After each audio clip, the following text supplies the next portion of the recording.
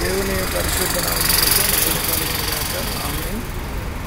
మరి విశాఖపట్నం అంటే వైజాగ్ ఇదంతా కూడా తీర్చి మరి ఇప్పుడే భోజనానికి బయలుదేరి బయటకు వచ్చాం. భోజనం చేసి సరే చూస్తే పొద్దునంతా కూడా పండుగ వాతావరణం అలాంటిది ఇప్పుడైతే కనుక మంచి ఎండ వాతావరణం. ఇక మా అయ్యగారులు అంతా ఇక్కడ ఉన్నారు. అయ్యగారులు ఒక ఆయన ఫోన్ మాట్లాడుతున్నారు, ఒక ఆయన నుంచున్నారు. ఇదంతా కూడా చాలా అద్భుతమైన మంచి వాతావరణం. ఇది మంచి వాతావరణం.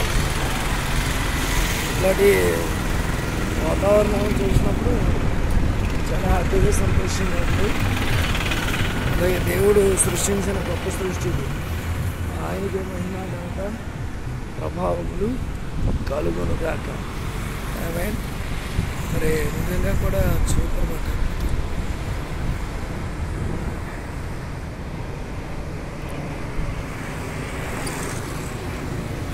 దేవా స్తోత్రం.